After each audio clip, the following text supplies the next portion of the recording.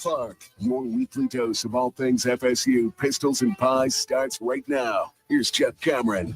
The Seminole Headlines, 93.3 Real Talk Radio and Warchant TV begins right now. There's Ira. There's Corey. I'm Jeff. Thanks for joining everybody. And we'll begin by saying, yay, sausage, right from the jump. Hello, boys. How are you? Good, man. It's Miami week. It is Miami week. Get fired up, gang. Come on, Ben. Sell all that sausage. That's the premise for my opener yesterday, Ira, was there is no Miami week this year. They've robbed us of Miami week. The sons of bitches have. The year without a Santa Claus? We're going to do a... It's an entire, It's the definition of bereft of hope as we enter Miami week. You could drown your sorrows in some sausage, Jeff. Hey now. I don't know if it would be the first time or not, but it's definitely an option. Register Sausage is a proud sponsor of Seminole Headlines, and we love our friends there. They've done, it's just been cool, this partnership, to watch us evolve.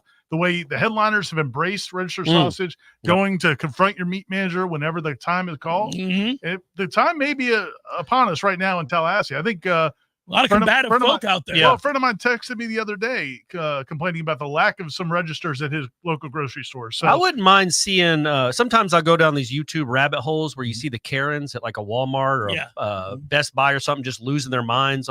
I wouldn't mind seeing a couple of headliners losing their minds at a grocery store about a lack of register sausage. Show us some of those. Show us some fight. Yeah, like we want to see some fight, man. And get it done. Like get some sausage to your grocery store. By the way, that was a mutual friend of ours. I believe that was former punter Keith Cockrell, who was very frustrated by the sparse amount of sausage he could find out there. That run from a few weeks ago hit him back. You know what? I think, here's the thing. And Ben, our guy at Registers, is struggling a little bit like a lot of people with this FSU football team. What if he created a promotion where he threw packs of Register Sausage at FSU's receivers, and if they catch it, they get to keep it. They get to keep it. He'd be able to retain the sausage. Yeah, just pick it back up and put it in his car. He'd be good to go. Well, bullet dodge there. Fruitless effort. Registermeats.com is the website. Go. You can have it delivered anywhere in the country. If you're in this part of the country, go to your local grocery store and ask for it if they don't have it. And Ben's people will be sure to have it delivered, and you won't be disappointed. You know how sometimes, Corey, you've claimed that you can't hone in on what's going to set me off. Like when we do Coach Speak, sometimes you're like, where'd that come from? Why are you mad about that, but you weren't mad about this? That's the way I feel about each of these drops. I never know which drop is really going to which is the one that set you off. I'm not sure. Because mine was Hakeem. Mine was the drop in the bucket on a young man's first throw. Only on the replay, because watching it live, I wasn't sure. Right. And I thought maybe they got a hand in there. They didn't at all. No, not at all. Good thing the guy hopped up and did the seatbelt. The Hakeem one was tough because it's just sitting there waiting for the ball. And Portier actually got himself, he at least made a nice little chicken wing with his arm to get open. The reward of doing that is he's open for a touchdown, but it didn't happen. You also have a soft spot for Kentron. I do, but Hakeem, it's right there on your side. I think the safety coming kind of got his head. The Benson drop pissed me off. Yeah, they all did. They were all big ones. That was a big one. They were all big ones. If you go score and make it 10-0, you're already at 3-0. Yes, it's ball game. You're going to win the game. It's over at 10-0. Duke had nothing for you. Yeah, well. Dude. So I actually wrote a story that's on the website right now that people can read. About that drop? No, about the drops in general. And where do they rank in the country? Have you looked that up? I think, Brendan found a stat in some website that I don't know how to access, but he said they're number one in the country in drops. Okay. Nobody's surprised to hear that. No. So what I loved was the other day, our guy, Kurt Signetti in Indiana. Having a good year. I don't know if you noticed. Phenom. He said after their game the other night that they had their first drop in a game. And I was like, well, that can't possibly be true. So I looked up in PFF.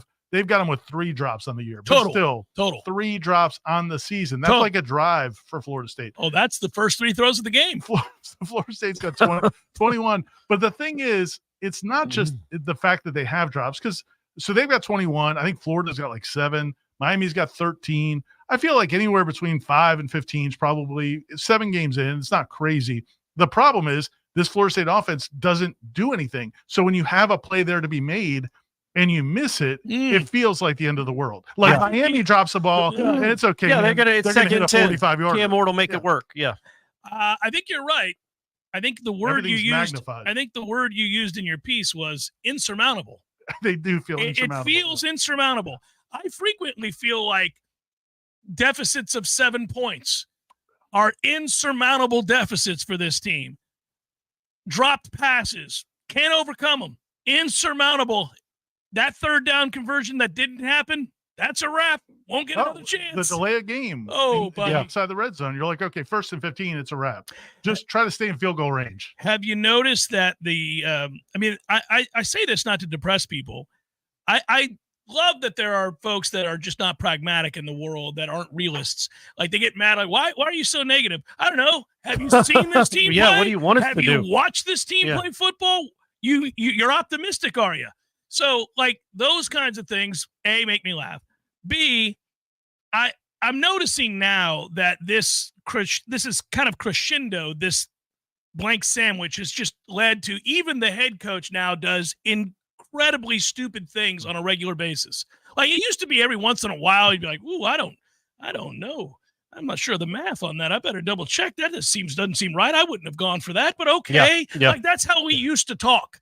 Now it's kind of like, well, what are you doing? Well, everything's on fire. What are you doing? But that was. I think that's the dumbest thing he's done in 5 years. I almost texted you that, Corey. I knew you were in the box. I almost texted you. I did text him. Oh, did you? Yeah. But see, so my issue. You did, and it's like, after you lose to Duke to go to 1-6, it's like, man, I probably should have asked him about it just because of my own. Like, I wanted to hear the answer because I was just so dumb. I was just so dumbfounded. But it's like my point, because I did ask him about the drops and some other things, and we had 10 minutes with him. It's like, do we want to waste time about some stupid call?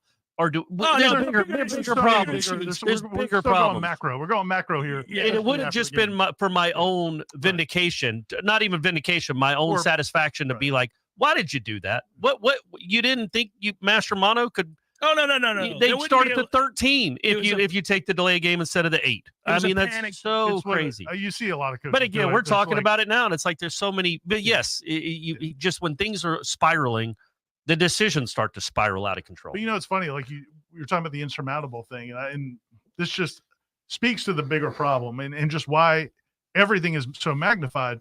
So my first 11 years of covering Florida State football were not great years on offense, Jeff. I went from Ricks to Weatherford. There was a guy on in the afternoons back then. He was furious about it. I remember those years. So then when Jameis came and it was like the clouds lifted. Yeah. I mean, even Ponder was good and they had some good runs. EJ put some points on the board. Did too. But with Jameis, the difference between him and everybody else, I always felt like was, man, you could be in second and 25. It didn't matter. You're calling a personal foul, hands to the face on offensive line, but that's fine. He's going to pick it up on the next play. Dude, think of the third down at Florida. Yeah. And down in Gainesville. Yeah. And just throws a P. You're like, ooh, that'll hurt your feelings. And you had a receiver that went and made a catch. Yeah. Receiver, Kenny Shaw went and held on to it. And so this is the exact opposite of this. Like, everything has to go perfectly for you to have a chance to make first downs. That's why I kind of, and again, it is understood and it is absolutely true about the drops. It's a pandemic. It's epidemic. What am I looking for? Whatever kind of epidemic you want. It's an epidemic. And it is bad. It is really bad. It's the worst in the country, apparently. But it's like that almost gives Norvell an out for how bad. Well, if his receivers could catch, if his receivers could catch, they'd have the 120th offense in the country instead of 132. Good offenses, even average offenses, can overcome drops. Miami doesn't make a perfect play every time. I think they're magnified because for you to have a drop pass, that means everything else kind of worked. It was the right call, the right read, a good throw. And protection. But the point is that doesn't happen a lot. Oh, I agree. That's the bigger overriding. But I think they're so frustrating because it's like, man, you finally had something go right. And you finally had a chance for points. There's points. You're in the end zone about to catch a pass and you don't. So they're not the symptom. They're not the cause of what's going wrong with this team. It's just it's like a flashing neon light. Hey, this is really terrible. But one positive that we haven't harped on because they're 1-6. There's not a lot of positives. They're number 6 in the country in special teams efficiency. Yeah, the special teams have been great. They lead the country in block kicks. They have the best punter in the country. They just returned a kick for a touchdown. They also had a fake punt that went for 30 They yards. also blocked the punt.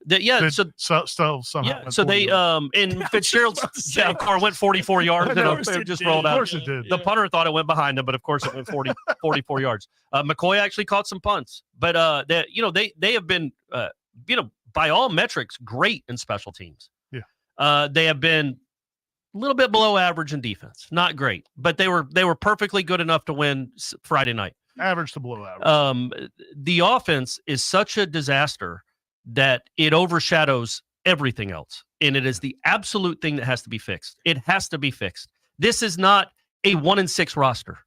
It's not a 7-0 roster, but it's not a 1-6 roster. Yeah, no, I agree. And we want to talk about how this program is busted. And I get it. You're looking at a team that's about to be 1-7. It's about to be housed by their rival. Yeah. They're probably going to be 2-10 on the season, maybe 3-9. It is a disaster. If they just had an average offense, I'm not talking about Miami or Indiana, an average offense that averaged 30 points a game, which would put them at 61st in the country in scoring, they would be 5-2. Yeah. It's such a disaster on one side of the ball. It's not usual when you have a collapse like this that you can really point to one side of the ball as the reason.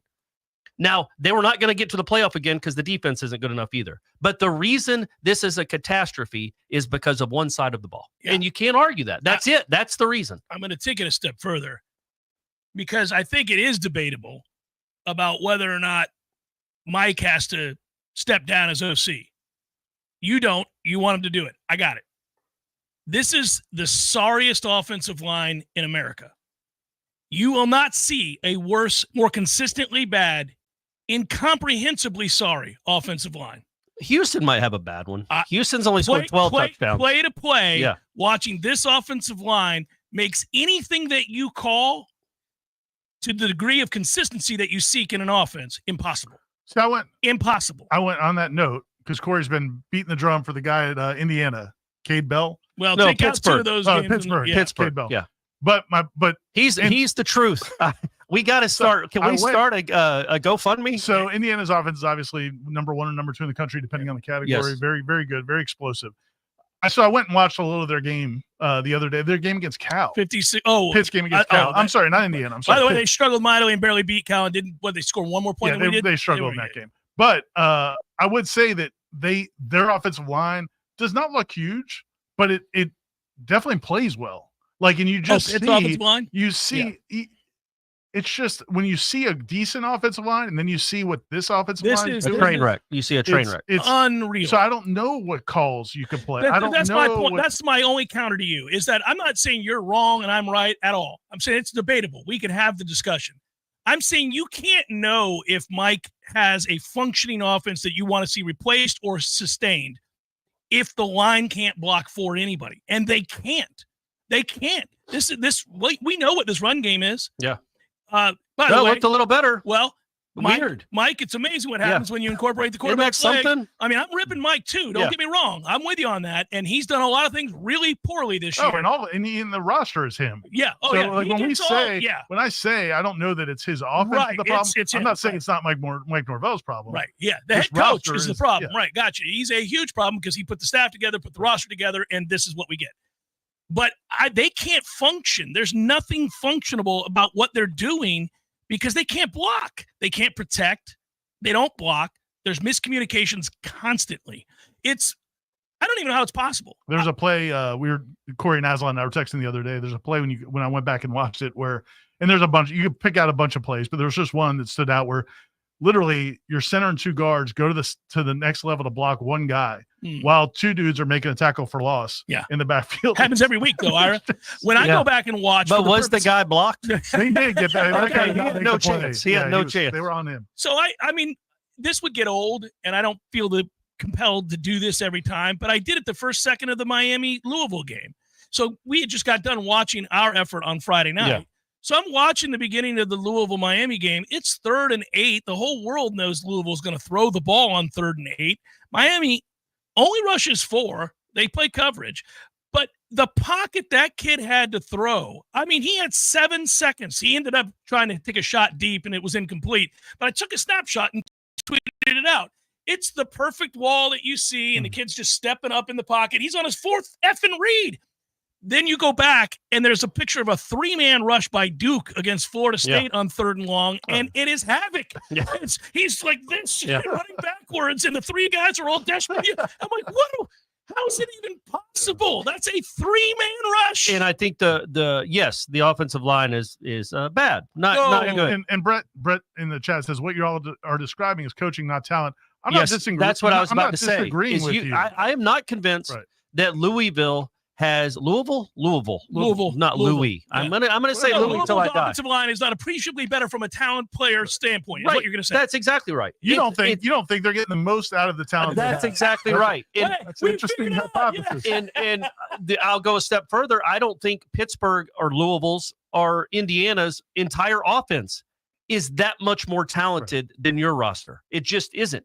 They are getting coached and developed and schemed up better. Their tackle is the one tackle who. Well, we can make it. You know what I mean? But you understand the point. It's like it's not like when Cignetti went from James Madison to Bloomington that he brought a lot of future NFL guys with him. Yeah. But all of a sudden they went from 103rd in the country, Jeff, in scoring offense Indiana to first. They did turn over the roster. He got like a bunch of group of 5 players. But it can happen. And he's coached well. Yes. And that's like the bottom line here is there's no doubt. That's why I'm kind of encouraged. Not encouraged, but I'm optimistic that it can flip quickly because of what Pitt did. And what Pitt went from 116 to 10th. They're 10th in the country in scoring. Last year, they were 116. Y'all remember that offense? Yeah. Florida State beat them 24-7. And then Indiana went from 103rd in the country to 1st. So it can flip. And I have an idea, I have an inkling that Florida State can attract better skill players and better talent on the offensive side of the ball than Pitt and Indiana can. Probably. It's all a matter of what you're doing with the talent. Yes and no. Say your point. I was just going to say that even if whatever Mike Norvell's offensive system is, and it's changed throughout the years, and this year it's changed. Like he's tried to do some different things. Dominic Robinson had a video with Tom the other day where he explained some of the concepts that they're introducing to try to move the football. I guess where the frustration for a lot of fans and myself is I'm asking, how did this go so wrong? Is he did see these players. He had these players all spring. He had them all summer. He had them go in preseason camp. And if you didn't realize that the offensive – and look, man, we got it wrong too. None of us thought that they were going to be bad. You know why? Because we believed in Mike Norvell. Well, but also – we did. But also I think, you had 3 guys who played a ton of football and are healthier. They looked healthier. And we probably talked ourselves into it. And they weren't getting dominated in practice. Yeah. And we thought that was going to be a great NFL-laden defensive line. Even during the game the other night, the announcers were talking about how many scouts were there to watch FSU's defensive line. I was just about to say, you didn't just think that on your own. Right. There were context clues everywhere. Right. Yes. Like the 12 NFL scouts that were at every practice. All hovering around the defensive line. So, we expected that group to be good. And if the offensive line held their own, you felt like, okay, they have their chance. And as I say that, okay, maybe that's where Mike Norvell was wrong too.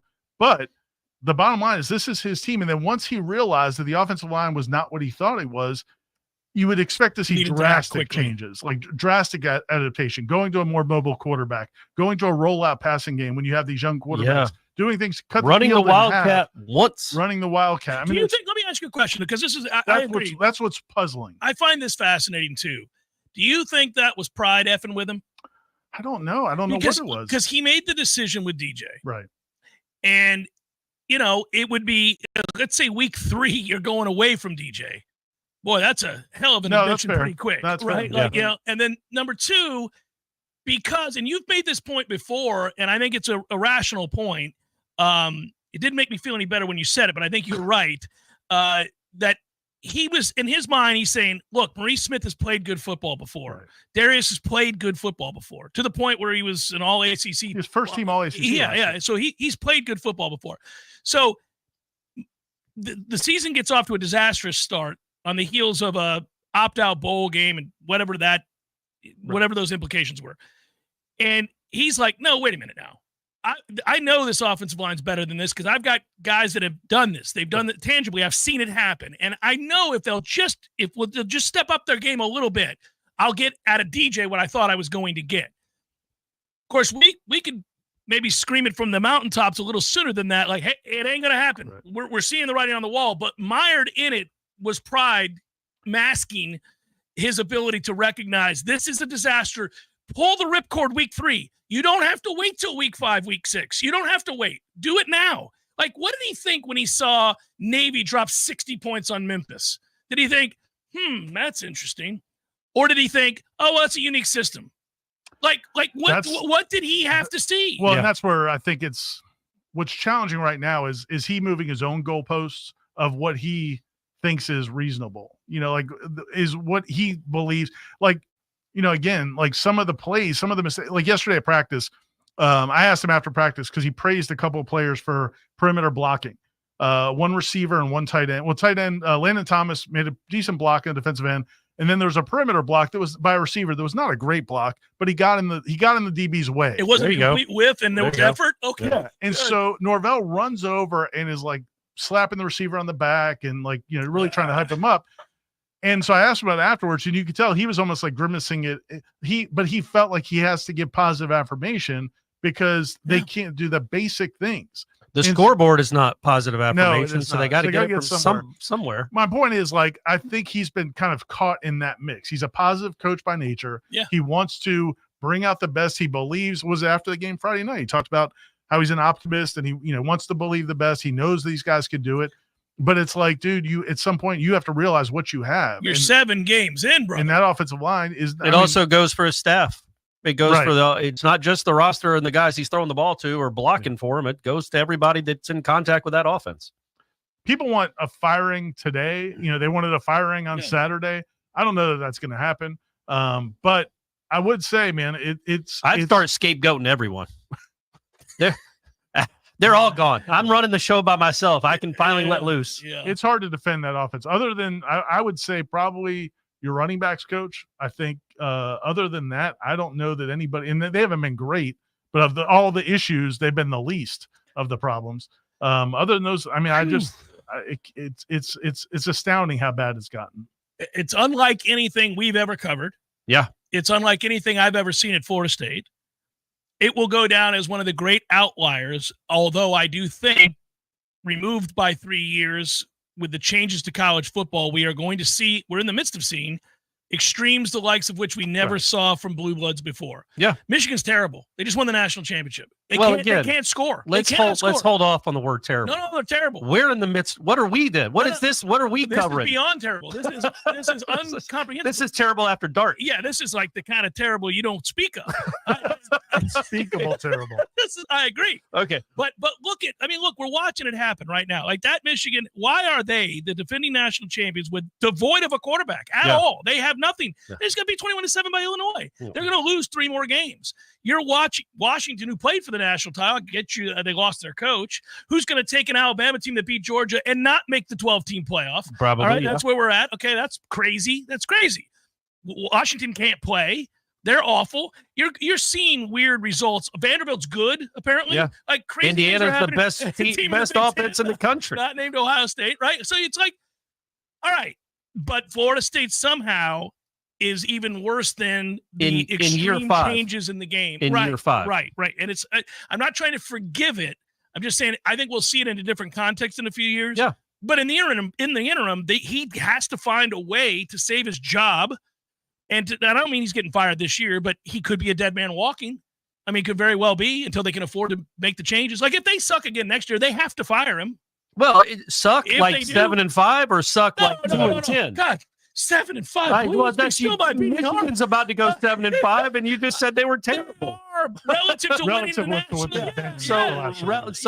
So relative to this, sucking would be another 2-10 season. If they go 4-8 next year on the heels of 2-10, but 4-8, you've doubled your win total. Now you're starting to. You see the upward. You're starting to climb again. We're just starting back. Trajectory's back up. Never know. They may get to a bowl the following year. Seminole Headlines 93.3 Real Talk Radio Warchant TV. Surprising flavors, cultural authenticity, and unique adventures are some of the main ingredients that go into every single plate served at Café de Martín, Tallahassee's best Peruvian dining experience. Led by classically trained Chef Martín, passion for culture, passion for flavor, and a passion for people can be felt from the moment you step inside. Café de Martín also offers an unparalleled outdoor dining experience in the garden. Surrounded by vibrant flowers and plants, and nestled between carefully curated decor, the shaded and breezy outdoor garden features features elegant live music regularly, and the romantic evening lighting makes Café de Martín the best place to share conversation and connect with the ones you love. Every dish is made from scratch, and every drink is handmade by trained bartenders, offering the very best margaritas and old fashions in the city. Take a trip to a Peruvian paradise right here in the capital city. Visit Café de Martín and El Bar on Capitol Circle Northeast in the Esposito Shopping Center. Open daily for lunch, happy hour, and dinner. Find the full menu online at cafedemartin.com. This announcement is brought to you by Fonville Lewis Messer McConaughey. If you're driving right now, you should know there's an 80% chance that the cars all around you don't carry any bodily injury insurance. Most people don't realize it, but in Florida, all the law requires is that drivers carry property damage insurance. This means that the texting teen drifting over into your lane or the drag racer on your rear bumper have no way of compensating you or your loved ones when they cause a crash. And this should scare the hell out of you. Fortunately, there's an easy way to protect your family from this, and it's called uninsured motorist coverage. It's an absolute must, but a lot of insurance companies are convincing folks to drop it just to save a few dollars. Take it from the personal injury experts. Don't. At Fonville Lewis Messer McConaughey, we've recovered millions of dollars in uninsured motorist coverage in crashes where our clients would have otherwise received nothing. So please, call your agent right now and make sure you have uninsured motorist coverage on your policy. We hope you'll never need it, but we'll be here for you if you ever do. Fonville Lewis Messer McConaughey. Don't settle for less. Sarah here with Seminole Auto Glass. Hey, Greg. Hey, what's up? It's turkey season. Have you hit one yet? A turkey? No. Good for you, because we've seen more turkey suicides than anything lately. Oh, no. Yeah, we had a pretty foul morning. Oh. But our customer just went to Seminole Auto Glass and uploaded their insurance card. We got them back on the road with feathers flying in no time. Hey, Greg, which side of a turkey has more feathers? The outside. Oh. Better call Seminole. Seminole Auto Glass. Call 850-539-4527. When I get home, I'm ready to relax. So I call Swain Pools and Spas to put my pool in the back. I call Swain Pools and Spas. Now I'm so good, have some fun when I want to. Truckloads of new and used Caldera and Hot Spring Spas are available now at Swain Pools and Spas. Don't wait. Get to Swain Pools and browse the best inventory to find the spa of your dreams. These won't last long, so come see us today. Just look for the huge sign on Tharp Street or call 386-7113 for Swain Pools and Spas. I know what you're thinking right now. Where can I find a place to get my car fixed and also check out some awesome new hot tubs and spas while I wait? Well, you're in luck. Because when you bring your car or truck in to get serviced at Tallahassee Car Care, it's under the same roof as Swain Pools and Spas for tires, brakes, batteries, tune-ups, oil changes, and all the service you need to get back on the road. Choose the certified technicians at Tallahassee Car Care. Drop by our shop on Tharp Street or visit online at TallahasseeCarCare.com.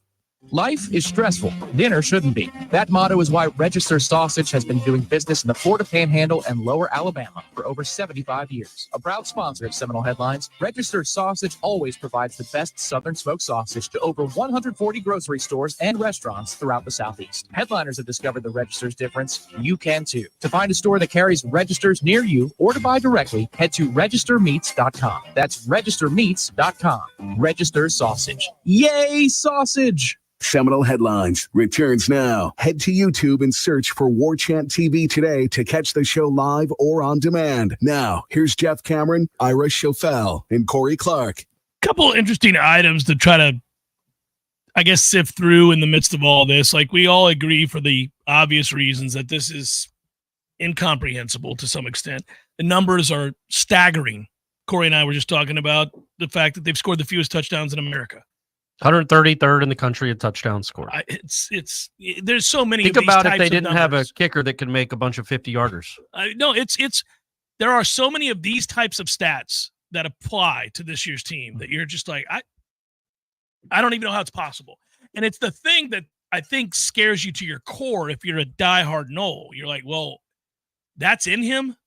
My coach has this in him. That this could be like, we think that rock bottom for certain levels, tiers of coaches is like a 6-6 season. Then you're looking at this, you're like, this is in you? This is possible? I don't know that I trust you to ever rebuild this if you're the engineer of this. Like, and the thing is, man, there's a combination of a lot of factors. It is some misevaluation. It's mishandling of personnel. It is poor decisions in terms of game planning. They've also had bad luck. I don't know if you saw David Hale's thread today about turnovers. Mm-hmm. You know, if you look at all the metrics that kind of lead to turnovers, you can't predict turnovers, but all the metrics that lead to it, like how often you have to throw in third and long or fourth and long, all those things, they all point to Florida State should be producing more turnovers than they are, and they're not producing any at all. They haven't for some time. But that's just another log on this fire. Yeah, like I think they've had terrible luck in terms of fumble. Like they block a kick and it goes right back towards where the holder is. Just like they block a punt and it goes 45 yards down the field. Nothing. I was watching when I was watching that Pitt-Cal game. Pitt has a game where Cal comes from behind the quarterback, strip sack. The ball bounces right back to the quarterback. Right. I would say last year there were a couple times Jordan threw some bad passes that probably should have been picked off. Without question. And they got lucky on some of those. So, it all comes out in the wash. Well, and the Clemson kid missing the kick. Right. That's why he went to overtime. Yeah. So there's a lot of layers to all this. But I think the biggest concern I have is, will Mike Norvell do what he needs to do to fix this? Is he going to be willing to, maybe it is change the offense. Perhaps. Maybe it is just get out of the offense so much and let somebody else, coordinate and call the plays. Like Alex Atkins is still, quote unquote, the offensive coordinator. We all know that it's Mike Norvell's offense and he calls the plays. Atkins kind of runs the day-to-day in terms of like organizing the schedules and things, but it's Mike Norvell's offense. Even if you just had somebody else more active in the game planning, would that give Mike Norvell more time to focus on other things? Perhaps. And when it comes to staff changes, is he going to be willing? Does he think he needs, like, we can all sit here and say, man, you need to fire Ron Dugans, you need to fire, these Alex coaches. Atkins. And it's easy for us to say, and we can talk ourselves into believing that something major is going to happen. But do we know that's going to happen? Well, we can't know it. We can't know it, but the writing is on the wall. It would seem to me. If it doesn't happen, then I'm done with him. I give up on him. You would rightfully give up on him. Yeah. You would be speaking for the fans at that point. Correct. No, there would be no. You either trust. care about what you put on this if put up you're last this year, in the you don't. country and touchdowns scored, and you make no changes to your staff. I mean, that would. Then you don't care. Yeah. I mean, you just don't care. I mean, or you're just in denial. Yes. Well, either one, it's a bad look, and I would be done with Norvell. And I really like Mike Norvell. I do, and I do think he's a good coach. He's proven he's a good coach, and I think he can win again here. I think the hopefully biggest pride doesn't keep him from doing it. I would hope not. The biggest change in my outlook on coaching and coaches over the years, from being a young 20-something-year-old screaming on the air every day with the Jeff Bowden situation to where we are now, is that I'll concede that anybody that reaches this level of coaching, is paid this way and reaches these heights, understands the X's and O's of coaching, right. That it's very rarely about ignorance of scheme. They all know the game. They all do. They would all wow anybody in this room or on these chats or anywhere else on a whiteboard. They can explain to you every concept known to man in football and what works against it and what works for it and everything else and where it came from. It's your ability to harness that knowledge, apply it to the team that you have, evaluation, the ability to recruit, to instill, and to get the most staff that can teach it. Staff that can teach it. It's your ability to convey that knowledge in a way that is digestible for kids to run it. All of these things have to happen, right? And clearly none of that is happening right now. And it doesn't get better once it goes this far south. Like now it's an avalanche, and nothing's going to change until the season ends, and you can go ahead and make those assessments. He's got a dicey situation, to say the least, at hand here with the quarterbacks. I think I know your opinion here, and I think I know mine. Would you just go all in on Luke Kromenhoek? And if you did, are you fearful with this woeful offensive line and no catching-ass receivers that you could break him?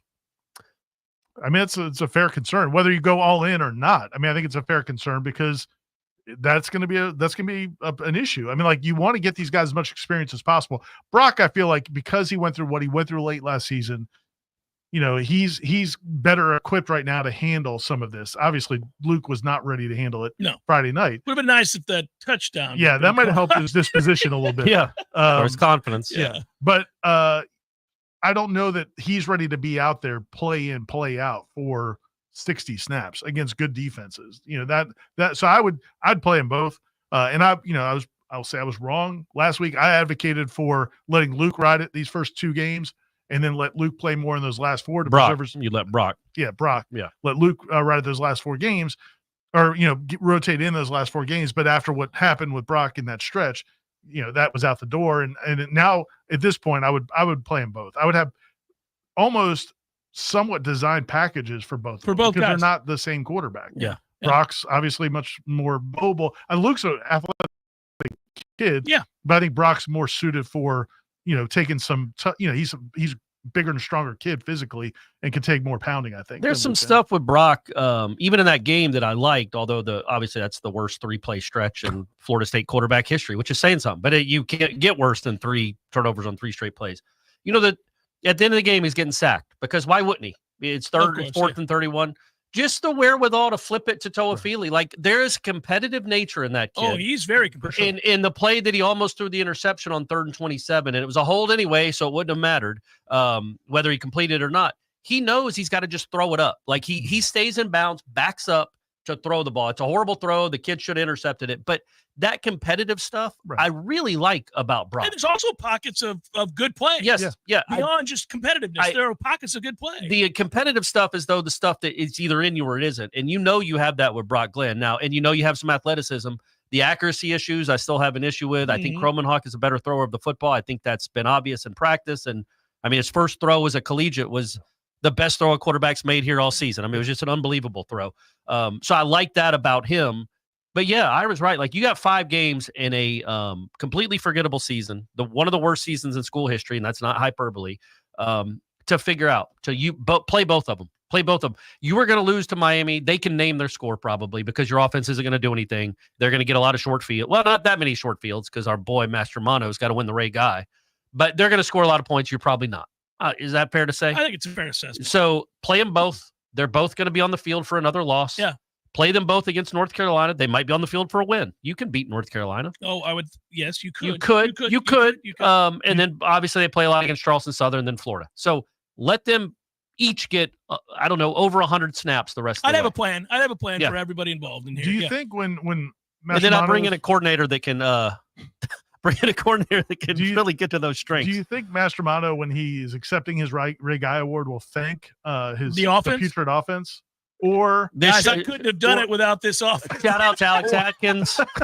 or a lot of 3rd and longs these guys couldn't convert. Or will the questions be like when they interview the press conference afterwards, would be like, man, how did you avoid getting that stink? Yeah. Like, how did you shower? Or how did you avoid injury with all those punts? Yes. Yeah. Your hamstring is strong. Yeah. Were you not on a pitch count? You really loosened up. Yeah, you must though. You're what strong kind of stretch routine do you have before each game, knowing you're going to punt 10 times? Think about going to the left leg at all, just to give your right leg a break because we know you can do it. We know you can do it. You're an Australian rules. That would be funny. He could actually incorporate special into it. It's a special group that I got to play with. Yeah. Without that offense, I really would have never had the opportunity. And you guys don't understand. Our offense never really even drove past midfield, so I wasn't having to do a lot of pooch kicks. The nice kicks. thing was I could let it fly from my own 20. I didn't really love the Jordan Travis offense guys because I may be coughing corner punting it from the 45 or something. Yeah. But this group, I got to let it all hang out. You got to see all my gifts. Yeah, everything. That's what this group did for me. You should buy them all watches. Like quarterbacks and O-linemen. Oh, Seminole Headlines, 93.3 Real Talk Radio, Warchant TV. Continues in a moment. Your local news now. Authorities report multiple people were injured in a crash that occurred on. Hey, headliners, Ira here, and it's time to talk Shopify. For years, we talked about making headlines merch. Yay sausage on a t-shirt, we knew it would sell itself. But how would we do it? That's where the magic of Shopify made it all happen. Shopify is the global commerce platform that helps you sell at every stage of your business. Whether you're a startup working out of your man cave or IPO ready, Shopify is the only tool you need to grow your business without the struggle. Whether you're a startup working out of your man cave or IPO ready, Shopify is the only tool you need to grow your business without the struggle. Shopify puts you in control of every sales channel. You could be selling Don Julio socks from Shopify's in-person point-of-sale system or offering headliner shirts from Shopify's all-in-one e-commerce platform. What I love about Shopify is how no matter how big you want to grow, Shopify gives you everything you need to take control and take your business to the next level. Upgrade your business and get the same checkout we use with Shopify. Sign up for your $1 per month trial period at shopify.com/warchant, all lowercase. Go to shopify.com/warchant to upgrade your selling today. That's shopify.com/warchant. Brought to you by The Lawn Johns. For all your landscaping and lawn care needs, visit thelawnjohns.com. Right now, $79. Know your body and transform your life with Dexafit Tallahassee, your go-to for science-backed health insights. Their DexaScan gives you the most accurate body composition available, measuring bone density, muscle mass, in both subcutaneous and visceral fat. Get the data you need to track progress and make real changes. Your VO2 max is the best indicator of health and longevity, but it offers more than just a number. It shows respiratory function, calories burned at different intensities, and whether your body burns fat or carbs, helping you train smarter. Dexafit's RMR test reveals how many calories you burn at rest and the type of fuel your body uses, so you can dial in your diet for weight loss, muscle gain, or maintenance. And their red light therapy soothes sore muscles, reduces inflammation, and rejuvenates your skin. Right now, get a DexaScan and red light therapy for just $99. That's a $184 value. Call 850-510-7728 or visit Dexafit Tallahassee's website to book. Know your body and transform your life this fall with Dexafit. Life is stressful. Dinner shouldn't be. That motto is why Register Sausage has been doing business in the Florida Panhandle and Lower Alabama for over 75 years. A proud sponsor of Seminole Headlines, Register Sausage always provides the best Southern smoked sausage to over 140 grocery stores and restaurants throughout the Southeast. Headliners have discovered the Register's difference. You can too. To find a store that carries Registers near you or to buy directly, head to registermeats.com. That's registermeats.com. Register Sausage. Yay, sausage! Seminole Headlines returns now. Head to YouTube and search for Warchant TV today to catch the show live or on demand. Now, here's Jeff Cameron, Ira Schofel, and Corey Clark. Got a question here in the chat. We'll have a lot of questions next hour, I'm sure. No Tell writes, more likely, score more than 17 or cover the 21? Score more than 17. Yeah, Miami's defense has been awful. Yeah. But I mean, But it's then gonna. again- You might have a block punt or something. You might return a kick for. You're going to get a lot of chances at a kick return. You might bust another one for a touchdown or something. But yeah, they've scored over 17. Was it once? They scored 17. Yeah, the once, season Georgia opener Tech 21. game. which included a 59-yard field goal and a 52-yard field goal.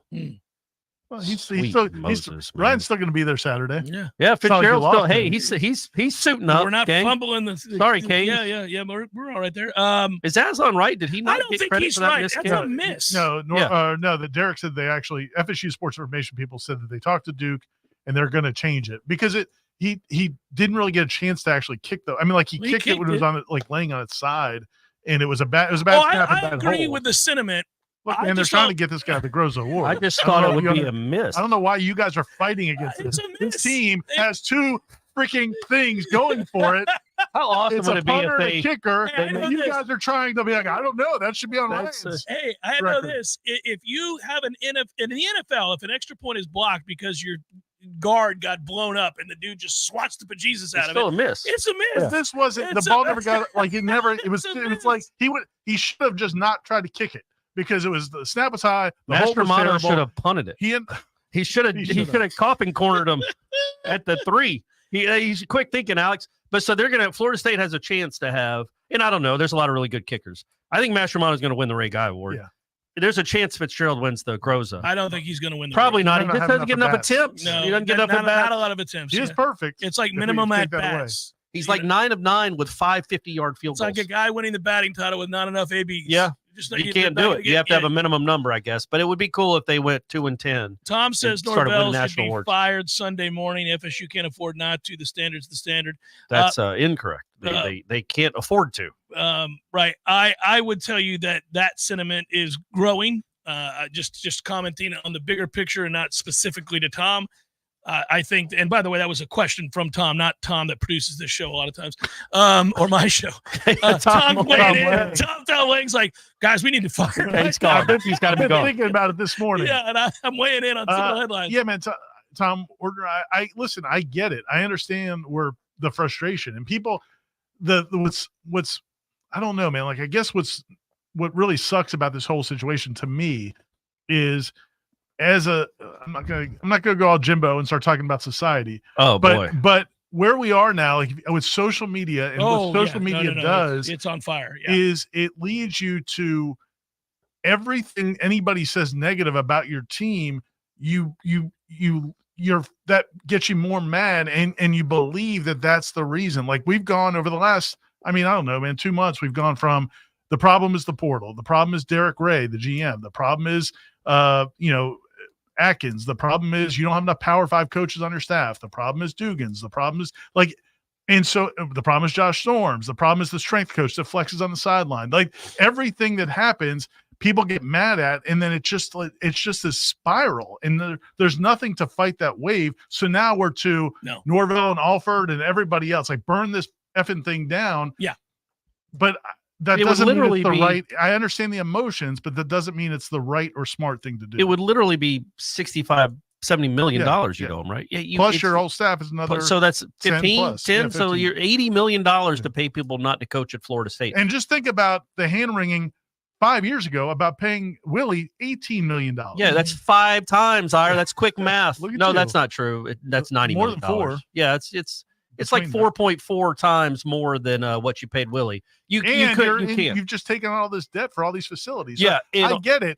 But to your point, what you said earlier, you can't afford this to go on. Oh no, another year or two. That's why. But right now, figure Mike Norvell. To me, the key. Mike Norvell has to admit he's got a problem with this program. Try and have a plan to fix it. He needs some Dagba. It's been Dagba. It's been denial and anger. When does acceptance start for Mike Norvell? And then he needs the support of the administration to make whatever changes he's got to make. Now, so if you're going to fire assistant coaches, that does cost some money. To me, that's a drop in the bucket. $65 million is not a drop in the bucket. Yeah, no, you're right. Maybe we can engineer the, whatever it has to be at the end of the season. We just knock on his door. Do you think he'd appreciate that? The three of us go over to Mike's house. I know right where he lives. Just knock on the door. Mike, we want to talk to you for a second. Sit down. Sit down, Mike. What's going on here? Yeah. Mike,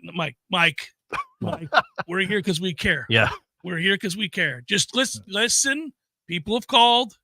Let's go inside and have a talk. We don't have to do this out here. Just shut the door. Let's go sit down. You got some tea? Yeah. Let's sit down. Let's sit down. But it's this is going to be a real conversation. Yeah, you're not going to be pretty. It's not going to be pretty. Like all this. You have to hear some truths. It's going to hurt a little bit. We'll let you get a chance at the end. Would you say your piece? Would it be like an FBI thing? Like you pull out glossies of the assistant coaches, like 8x10s? Where do you want to start? Just lay them on the table. Yep. So the case against each one. Yeah, and it would be tough too. Like, well, we know how close you are with Chris, so we want to start there first. Yeah. Okay. What do you think he's added to your staff? What does he do that, and then just make him answer these questions? Go through, and then you have all this overwhelming evidence. He's like, I don't like this guy. Mike, we told you this is going to get uncomfortable. Yeah. You're not going to like this. But no. You want Diet Coke? You want Diet Coke? You need something to eat? We'd be good cop, bad cop. Yeah. Go ahead. You need something to I'm going to get you some Whataburger. You need a little Whataburger? And this is in this strange scenario. Mike is now suddenly a smoker because this year has done this to him. I pull out a lighter. You need me? Yeah. You good? Yeah. Light up. He does the basic instinct where he crosses and uncrosses his legs, and it gets really creepy. We're done here. Okay, that's a good interrogation. But I don't. I kind of believe good reference. Yeah. 33 years old. Appreciate it. And by the way, increasingly we make these references that zero people. But I feel like that's a very famous scene. He references a scene from Starsky and Hutch. Yeah, which I appreciate as well. well. I do, yeah. But I think that's a pretty memorable, famous scene. Man, Rockford Files. Get some Rockford Files. I will love me some Rockford Files. So what do you two think are the percentages he hands over the offense to someone else? Now, do you mean a whole different offense, or he lets somebody else call the plays? Yeah, because Corey, really quick, that offense is run by lots of people all around the country. Like you can run a spread or up tempo, or you can run an air raid based system, or you can run any number of systems. You're talking about calling plays, correct? Well, whatever that would mean, like getting an offensive coordinator that is not an offensive coordinator in title only, but is actually an offensive coordinator. That is his job, is to put together the game plan. And he's got a track record somewhere where he's done it. I really believe the game plan looks acceptable at this point if you could block anybody. But you can't, and you'd like the guy that runs the offense to be able to adapt at all. And we just talked about it. It took him 6 weeks. Ran a little bit better against you, Corey. It's crazy. I didn't see that coming. And so you just wonder, like, the guy. What I'm concerned about, and again, I grant you, he put 19 straight wins together. Not all of them were won because of the offense, but a lot of them were. He also had a really good quarterback, and you can look at the games with that quarterback and the games without him. But I'm concerned the guy that put this entire slop fest together, and it is the worst offense in 50 years in Florida State. Yeah. The guy that put that roster together and this coaching staff together, he is now going to be entrusted to do it all again. Well, and bring in more coaches and bring in the same, he's the one that's making all these decisions. But I think you're picking and choosing where you give him leeway because, listen, that's the same guy that put together the 19-game win streak and the same guy that they entrusted to flip this program from one that was out behind the dumpster into a power, and it did. Won the conference, went undefeated. And also, by the way, Jordan Travis said he didn't want to play football anymore. Yeah. And so, like, he gets credit for Jordan Travis. Absolutely. So, he can't just say, well, it was Jordan. Jordan Travis stunk for a while. Yeah. And then all of a sudden he got incrementally better and then took off all under his tutelage. So, I mean, I don't know. It's so bad though. That I guess it's so bad. We get in the weeds of like, yes, he does do this or he's done this well. They can't block, man. But they couldn't block well last year. No, they couldn't. But they had NFL wide receivers, in particular, one really good one. Yep. And they can shout out to Keon, by the way, had 125 yards the other day. Yeah. It's also a team had some players on it, gang. You want to? Yeah. I mentioned this to Tom last night in the Smash. Like when I go through to find photos for articles, I'll go in our photo database. And so I did for the Clemson game, did last night for the Miami game. And every photo I pull up, like every single photo from last year is guys that are now in the NFL. Yeah. Like Vincent, Coleman, all of them. It's so you can sit there and say, yeah, man, this team beat Miami last year. This team beat Clemson last year. It is a completely different team. Yeah. And if they could block anybody, they would win 7 games this year. They can't block anybody. You mean like the whole season? You're not saying they'd be 7-0. No. They'd win like 7-5 or something like that. They would not be this. Whether Mike Norvell needs to change the offense, give somebody else complete autonomy of the offense or not. What I do think he needs to do, and we touched on this yesterday on your show, Jeff Cameron's show. Yeah. JCF. We had a long conversation. Buddy, I listened to it, and then y'all said we were going to argue with each other, and I don't feel like we've argued. No, we're not arguing. I think we're all on basically the same page. We're reasonable people today. Now wait till after the Miami game. I'm going to be hot. I'm going to be fired up. But no, I think that it's when it comes to to me, I think he takes way too much on. Like if I'm evaluating Mike Norvell and his job, what he does, I think one of his biggest problems is he takes on way too much. That's what Jimbo did. Yeah, but Norvell's even more, man. Yeah, Jimbo never left the offense at practice. Norvell is everywhere at practice. Yeah. And he's also the game planner, play caller. Yeah. And he's also all up in special teams. Like Norvell is more involved with the whole team. I think if he gave up the offensive main role of the offense, maybe he could focus more on everything else. And then he could find some people he trusts to run all that other things and just worry about the offense. He could do that. Yeah, too. one or the other. But Right. Otter's right. Like he's all over the field at practice. Most OCs aren't watching the linebackers work for 20 minutes. I think that's what happens when you're a young coach and this is your one opportunity and you've got a chance of a lifetime, and he was going to micromanage and be a part of everything. And at somewhere along the way, obviously it went south. Well, he's blowing it. Like, you remember Angelo Dundee with Sugar Ray Leonard? It's you're blowing it, son. Sorry. So he's blowing his chances. That's on me. I should have done better. I took us past the break is what I did. Hey, headliner questions. Sugar Ray Leonard retire? 92. After that robbery of Hagler is when he retired. He dominated Hagler. No, he died. Great. You silence yourself. That's a dumbass. Hour number 2, podcast. Stay with headliner questions coming up. Termite and Pest Control. There are many companies out there selling pest treatment programs at prices which seem too good to be true. Like most things, you get what you pay for. Let's separate the fact from the fiction. Fiction.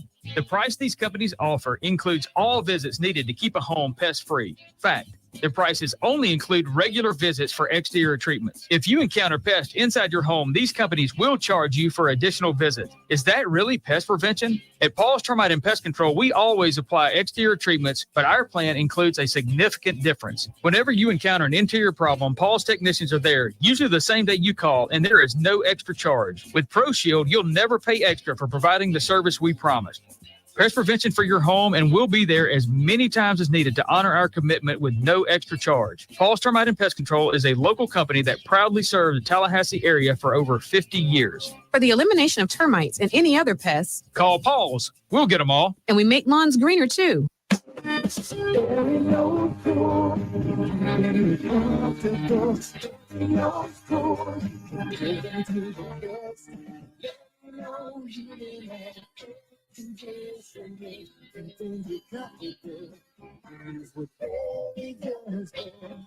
matter how busy life gets, your home is the place where your family and friends show you they care and celebrate with you. That's why the professionals at Barano Heating and Air Conditioning always make sure your home is comfortable. Just like those who matter to you most, Barano will always be there for you.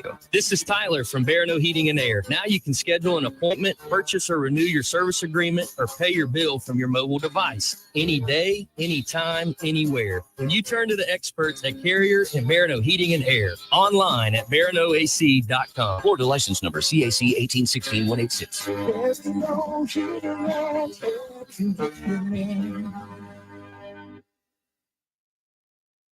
Imagine for a moment that you are completely weightless in zero gravity. All of the weight and worry of life is melted away, and you fall into a state of profound relaxation. This is what you'll find at Tallulah CBD Mushrooms THC in Railroad Square when you try out their state-of-the-art floating pods. While you're there, shop for the best quality CBD, mushrooms, THC, and kava products available. Shop Tallulah today with 6 locations in Tallahassee and the Kava Bar Lounge in Bannerman Crossing. Online at TallulahSmokes.com. WVFP. Many orthodontists in Tallahassee. This is Real Talk 93.3. But at Burke Orthodontics, they're dedicated to providing the finest care possible. Experienced and friendly staff trained in all of their techniques. So whether you need standard treatment like braces or Invisalign, or you have a more complicated case requiring extra attention, Birch Orthodontics is here for you. Set up your free consultation today by visiting birchorthodontics.com. BURCH orthodontics.com or call 850-877-1692. At Birch Orthodontics, they create beautiful smiles that last a lifetime. Your sports action update on Real Talk 93.3 with all the latest odds from Vegas. Brought to you by Falmar's Pawn, Gun and Gold. More than you might expect with 2 great locations in Tallahassee. Tampa Bay Lightning $1.36 underdog at New Jersey today. Devils minus 162 moneyline favorites at Prudential Center, where the total is 6.5, shaded to the over. Orlando Magic open up the season at Miami tomorrow as a 2-point underdog. The total 210. College football on Saturday, Hard Rock Stadium, Miami 20.5-point favorites over Florida State. The total 55. UCF hosting BYU at the FBC Mortgage Stadium in Orlando. Cougars are the 2-point favorite, 54.5. The total. Jacksonville Jaguars plus 4.5 at home against the Green Bay Packers at Everbank Stadium, 49.5 the total. Cash back for every bet with a GBank signature Visa card. vsin.com/GBank. Mike Son at Real Talk 93.3. October is ending, but I want to keep the fall fun going. So I shopped Kohl's lowest prices of the season. I saved 30% on top active brands like Nike, Adidas, and Under Armour. Then I got my shirts and boots for under $22. Scored 50% off Food Network baking must-haves and earned Kohl's cash. Yeah, it doesn't get better than Kohl's. Flex Styles offers in October 27th. Coupons do not apply to Nike, Adidas, and Under Armour. See store or Kohl's account for details. Hey, pet parents. With Progressive's collision coverage, you get extra protection for your cat or dog, because there's nothing worse than seeing your pet hurt. Like when you see their face after accidentally stepping on their tail, and you say, "I'm so sorry, Mr. Pickles." But as you kiss his nose and rub his little belly welly, you know Mr. Pickles is thinking, "You betrayed me." Anywho, Progressive pays up to $1,000 in vet bills if your pet is injured in an auto accident. Learn more at progressive.com and watch where you step. Progressive Casualty Insurance Company and affiliates. Collision coverage subject to policy terms. Not available in all states. Hey, let me tell you about my friends at Tried and True Consulting, a Seminole-owned business that specializes in payments and business solutions. Tried and True's core expertise includes card, ACH, point of sale, mobile, e-commerce, and hosted payment solutions. Tried and True will help you reduce costs and increase your bottom line. That always sounds nice. Whether you're a retailer, restaurant, licensed professional, or service industry, Tried and True is saving you money. Tried and True's expertise extends to payroll, video menu ad board, IT services, web design, and social media. It's time to make one call and tell the competition to take it on down the road. Call Don or Joe today at 844-464-6653. That's 844-464-6653. When you do business with Tried and True, they contribute 10% of the net revenue to the battle's end. So go Tried and True today. Call 844-464-6653. There's fun to be had every night at the Corner Pocket. Take home prizes on Trivia Tuesdays and Beer Bingo Thursdays. And kickstart your weekend with Martini Fridays. Plus happy hour runs every weekday and game day specials every time the Noles take the field. Watch all the best games at the Corner Pocket's Vegas Wall, featuring 560 inches of flat screen TV heaven. Oh, really? The best food, the best drinks, and the best place to watch all the games. Tallahassee loves the Corner Pocket. What will the Noles do to follow up an unconquered 2023? Warchant.com, the market leader in FSU football and sports coverage, is the place to find out. Join the largest FSU fan community and talk Seminole sports in Warchant's Travel Council and premium recruiting message board forums. Enjoy cutting-edge team coverage led by managing editor Ira Schofel and lead writer Corey Clark, and inside scoops on the transfer portal and recruiting classes with Michael Langston and Matt Lassere. Backed by the best national recruiting network and On3, there's no debate. Warchant.com's your ultimate Seminole sports source. Sign up today. It's time for Seminole Headlines, featuring Warchant.com's Jeff Cameron, managing editor Ira Schofel, and senior writer Corey Clark. Your weekly dose of all things FSU, pistols and pies starts right now. Here's Jeff Cameron. Hour number 2, Seminole Headlines and headliner questions coming your way here momentarily. As we get started this hour, as we're wont to do, certainly we thank Dr. Birch and Birch Orthodontics. They've been a proud sponsor of this show for a very long time, and we thank them for that. It's always good to be in collaboration with the best in the business, and that's what Birch Orthodontics are. I was a little worried about Dr. Birch the other day because she kind of stepped her toe into the little Twitter war I was having. During the game. Here we go. Because I don't know, man. Like, how many times a day do you get a tweet or an email from somebody saying, like, how are you so stupid to not know that this team was going to be good? And so finally I had enough. So I retweeted and commented, and she got in, and she's like, I don't understand why people are mad at you guys. And I was like, Dr. Birch, just step back. They're just mad. You don't need to. They're all so angry. We don't need you. We don't need them coming after you, Dr. Birch. Right. You're. I appreciate her getting in there, though. Yeah. Sure. Yeah, that's nice. Yeah. Just stay out of the cesspool that's Twitter. That's why I don't look at the replies. Yeah, you just say something to move on. I assume say something to move on. When I tweet something and I see that have like 39 replies, I they're assume all telling me to go to 20 hell. of them are telling me I'm a bald idiot. Not a lot of affirmation. No, Corey, we love what you do, man. Love what you do, dog. Thanks for that tweet, buddy. I disagree. Yeah, I disagree, but I disagree politely. I understand what you're trying to say. I'd love to, over a cold beer someday, have a rational discussion about this very issue. Thanks for bringing it to everybody's attention. Well, if Dr. Birch, if Dr. Birch could, maybe she could spread some civility and excellence to. By the way, I did see another. It was somewhere else. I can't remember. I might have been online. And it wasn't a Tallahassee orthodontist, but it was an orthodontist type person talking about different ages getting orthodontic work. And like we've always said, it's a great place for your kids, your teenagers. But you could be 74. Starting down 80. A new path. Yeah, I want to fix these teeth. There's probably a minimum number of teeth to deal with. Right. I would assume. Double digits. I think if you've got double digit teeth, if you have 3 teeth, you walk in there with 6 or 7 teeth.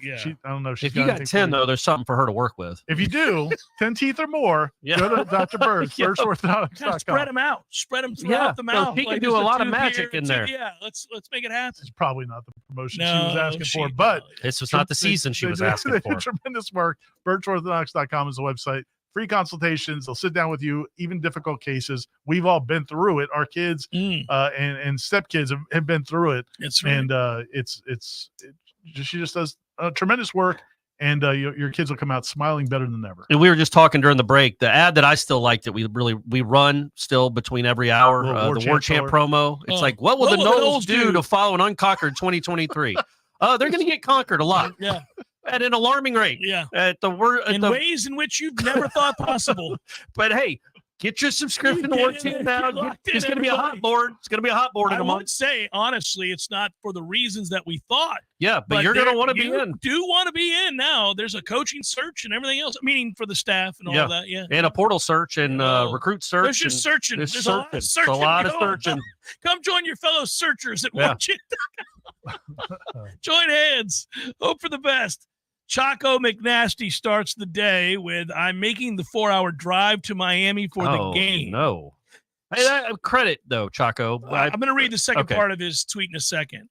Ira, I was invited to go to dinner Friday night at Joe's Crab Joe Stone Crab. Yeah, Right? Stone Crab. And I have it's a reservation, and it's on the person who Come invited on down, but you can't pass that up. I did pass it up. I'm You can not hop going in to the go. car with I'm me and not going to Aslan. go. I'm not going to go to the game and watch this Hop in the fiasco. car with me and Aslan. I won't let you drive again, but because you scare me a little bit. I just drive fast. Very fast. I drive fast, but not erratically. This one's a little wild. I drive fast. Very fast. I'll be driving. I get we'll us be there, driving. baby. I get us there. We'll be driving 9 to 10 miles over the speed limit. Smart. That's what I do. So And I was upset that if it's 70, I might go 90. That's crazy.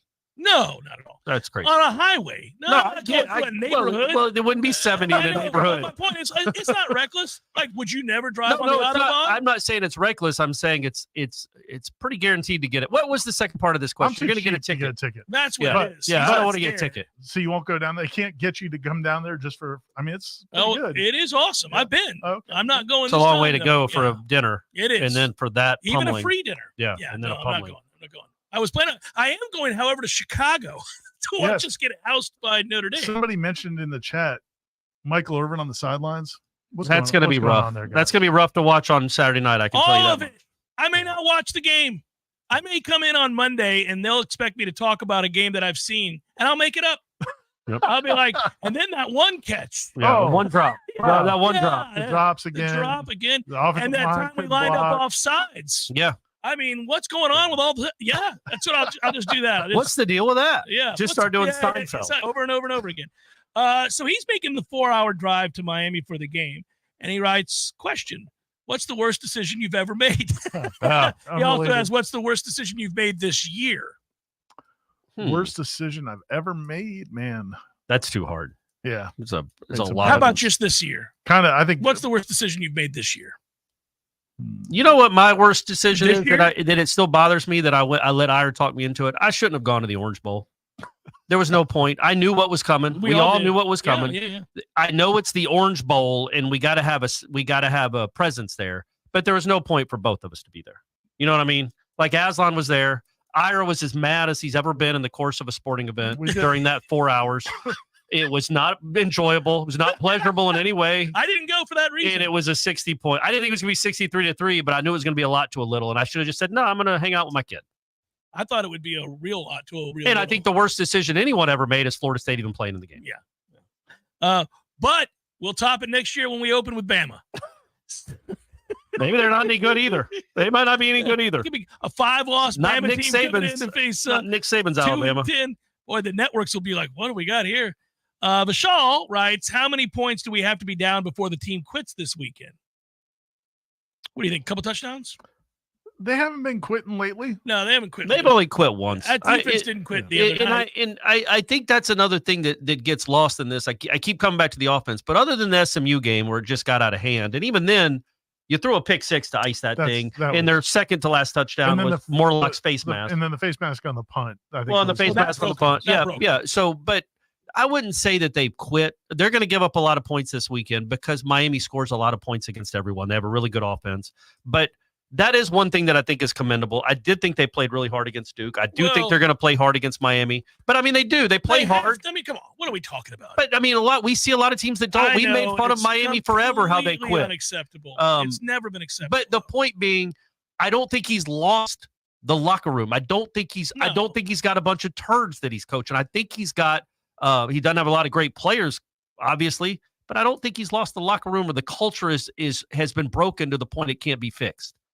The offense has been broken to the point. Yeah, this isn't toxic the way it was at the end of That's what I mean. It doesn't feel toxic. It's just you have the worst offense in the United States. You have the worst offense in the United States. You can't block. What's the over? When you guys do your over-unders, how many of those FSU players get to mock Cam Ward's celebration? Like how many in the game? Do this thing? Everybody does that after every play against Miami now. Every team they play. I just think the whole thing is stupid. It's really stupid when they did it, and then I think it's stupid when they do it back. I guarantee you in FSU, but like also if they have an opportunity, that's what I'm saying. How many plays are they going to have where they get to they may score? I mean, 4, Miami can't cover 3? anybody. I hope 0. You're not a fan of it? No. It is dumb. Yeah.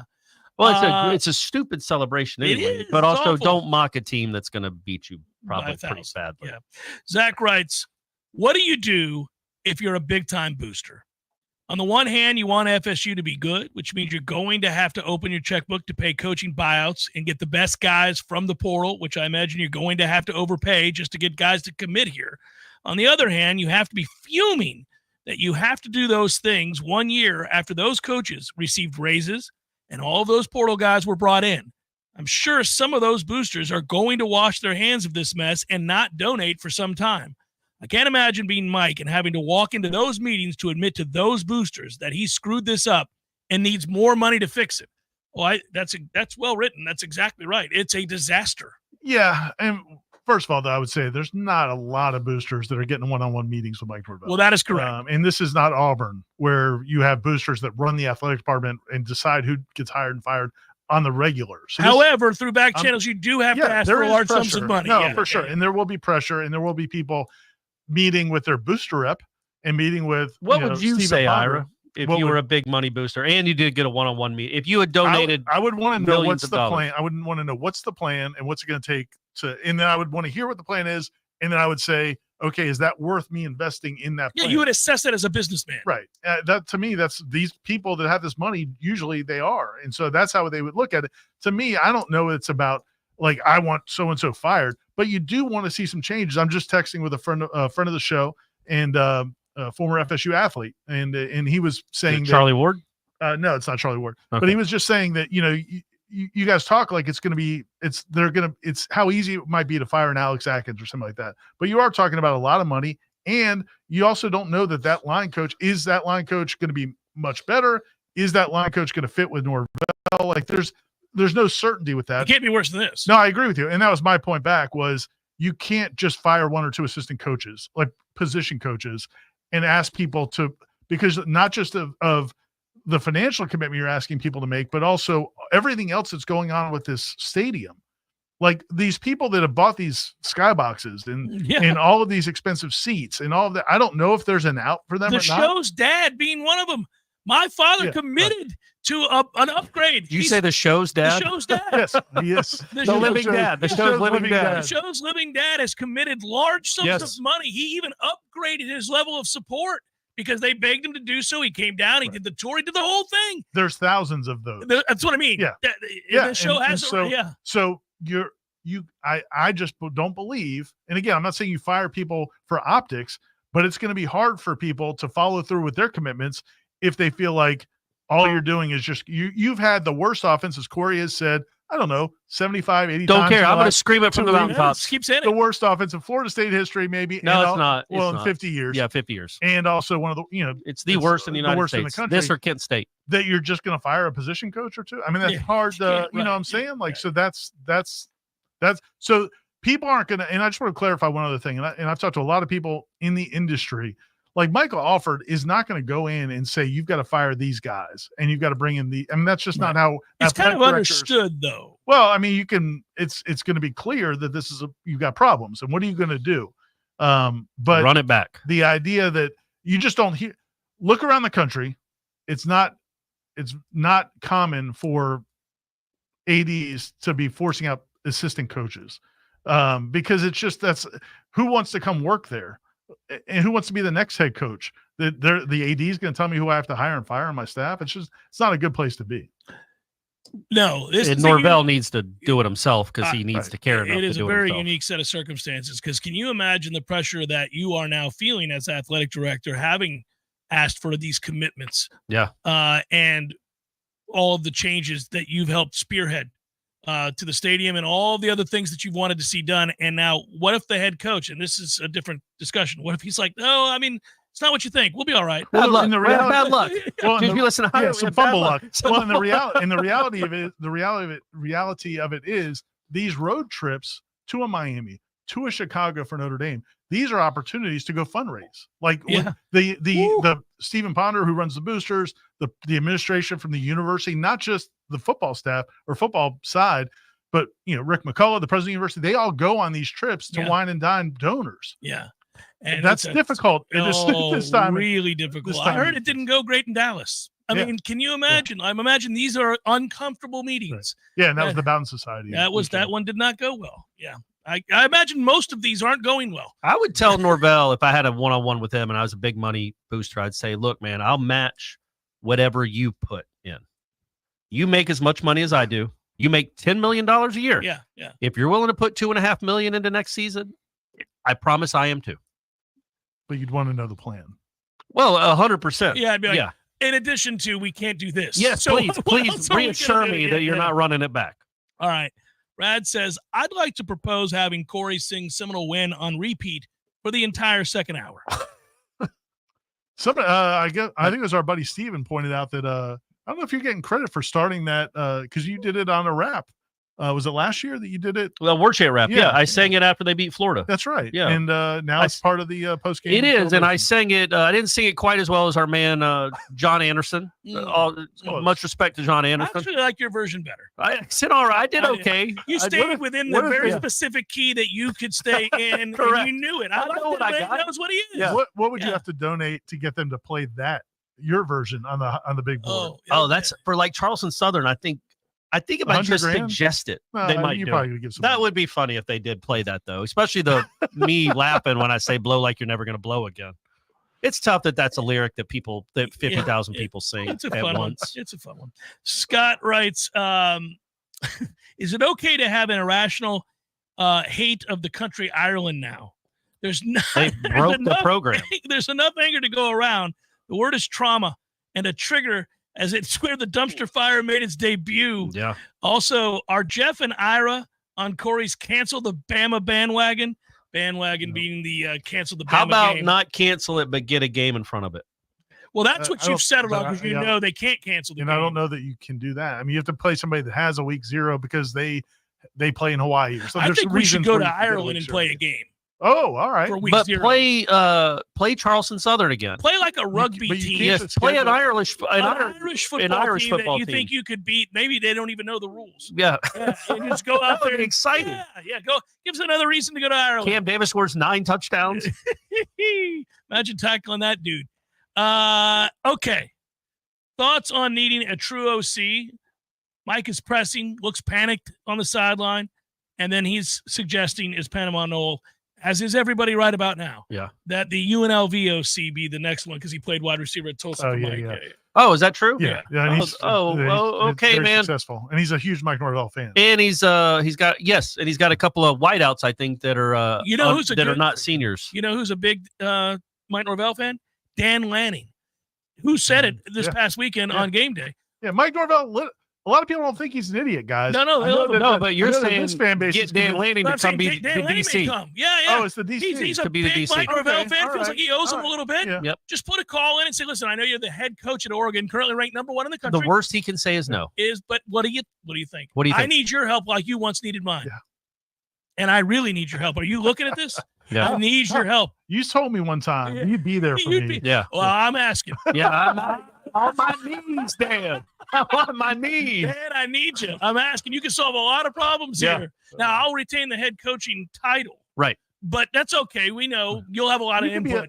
You'll get to talk every day, too, if you want. If you want, I'll even let you talk. Yeah. And you can call some plays here and there. Yep. I'll let you do it. Dan? How about did you guys see I've texted you guys about it, is the guy at Purdue, the guy that used to be the Illinois defensive coordinator? Yeah. Have you seen this? So he Illinois defensive coordinator hired Purdue's head coach. They've been terrible all season. He fired his OC in September. Yeah. Promoted an analyst to play caller. Then he was terrible. Fired that guy, and then he took over calling plays. This is a defensive guy. He's never played offense, never coached He's now offense. calling offensive plays. He's now calling the offensive plays. They scored 49 points. Yeah, they lost in over. What do you think, bitch? They lost in overtime to somebody. They almost pulled off an upset. Illinois, I think. Maybe it was. It was Illinois. It was 2 weeks ago. Yeah. He scored 40 in overtime. Illinois was too busy stomping Michigan this past week. That's correct. That's correct. Hey, Michigan was in the game. 21-7. They were in the game. Kind of. They were in the game. Scored 7 points. They have a good defense, horrible offense. Scored 7 points against Illinois, who Purdue lit up for 40. Yeah, exactly right. There you go. It's got to be frustrating. Seminole Headlines, headliner questions. We'll keep it going. 93.3 Real Talk Radio, Warchant TV continues in a moment. Know your body and transform your life with Dexafit Tallahassee, your go-to for science-backed health insights. Their DEXA scan gives you the most accurate body composition available, measuring bone density, muscle mass, and both subcutaneous and visceral fat. Get the data you need to track progress and make real changes. Your VO2 max is the best indicator of health and longevity, but it offers more than just a number. It shows respiratory function, calories burned at different intensities, and whether your body burns fat or carbs, helping you train smarter. Dexafit's RMR test reveals how many calories you burn at rest and the type of fuel your body uses, so you can dial in your diet for weight loss, muscle gain, or maintenance. And their red light therapy soothes sore muscles, reduces inflammation, and rejuvenates your skin. Right now, get a DEXA scan and red light therapy for just $99. That's a $184 value. Call 850-510-7728 or visit Dexafit Tallahassee's website to book. Know your body and transform your life this fall with Dexafit.